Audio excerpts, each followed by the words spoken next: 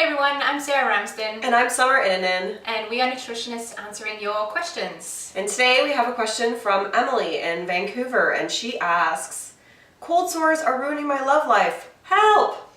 I like it. Straight to the point. Well, cold sores are caused by the herpes simplex virus, which is very similar to the herpes virus that causes genital herpes. Not exactly the same though, so don't worry. And basically, a cold sore is coming when you get that itchy, tingling feeling on your lip, and then maybe a day or two later, bam, it's there. You have a full cold sore eruption. Yeah, so if you don't have cold sores, then that is a good thing because that means that you don't have the virus. Now, the virus is really contagious though. So if you are someone that doesn't have cold sores, you want to be really careful of your lips and your bits if you're around somebody, especially in your love life, who has cold sores or who is prone to cold sores. And now if you are someone who has cold sores, they lie dormant, so they'll go away for a while and they won't pop up again until your immune system is preoccupied doing something else. So for example, dealing with a fever or a cold or any other type of viral infection, or just stress in general, because stress really depletes our immune system.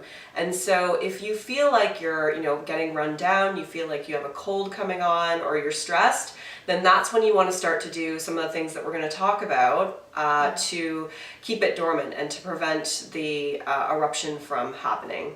Yeah, so from a nutrition perspective, when you're looking at the food that you're eating, you need to try and avoid foods that have a high level of an amino acid called arginine and a low level of lysine. Now, amino acids like arginine and lysine are the building blocks of proteins.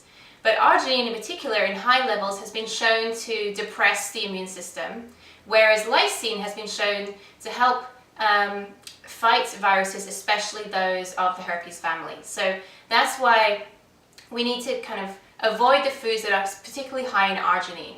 And those would be chocolate, carob, soy, many nuts and seeds, wheat, also kind of protein shakes and those kind of muscle builder proteins, because they often have extra arginine added to them. And you also have to be careful, especially in the summertime, of watermelon because it has a precursor to this amino acid.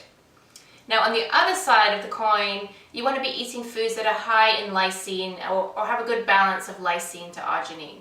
And those would be generally your fruit and vegetables. They're all good, they're all safe for the most part. Cheese and yogurt. So if you tolerate dairy, they're good ones to eat when you start feeling that tingly feeling or you're getting run down. Eggs, fish, what else? Red meat, potatoes, and even brewer's yeast are beneficial in that way. Yeah, you also want to eat just in general an anti-inflammatory diet and one that's high in vitamin C and bioflavonoids. That includes things like cruciferous vegetables, broccoli, cauliflower, Brussels sprouts, things like red peppers, kiwi, papaya, citrus fruits, and just leafy greens in general. And you also want to include foods that are high in zinc. So liver, mushrooms, seafood, and beef are some of the foods that have high concentrations of zinc. Get your liver in. Yeah. And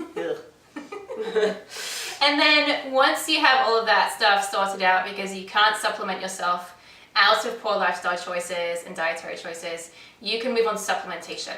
So studies have used 3 grams of the amino acid L-lysine per day, and that has been shown to be beneficial. So you would spread that through the day, so probably 3 doses of 1,000 milligrams. What else you can use? You can use the L-lysine topically as well. So straight on the lips, there are lots of good lip balms you can buy that contain this amino acid.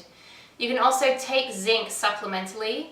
You don't want to take any more than 100 milligrams though, because that's going to have the opposite effect. As well as long term, you want to take probiotics potentially, get into fermented foods to help build your immune system kind of in the long term and from a very deep ground up kind of level.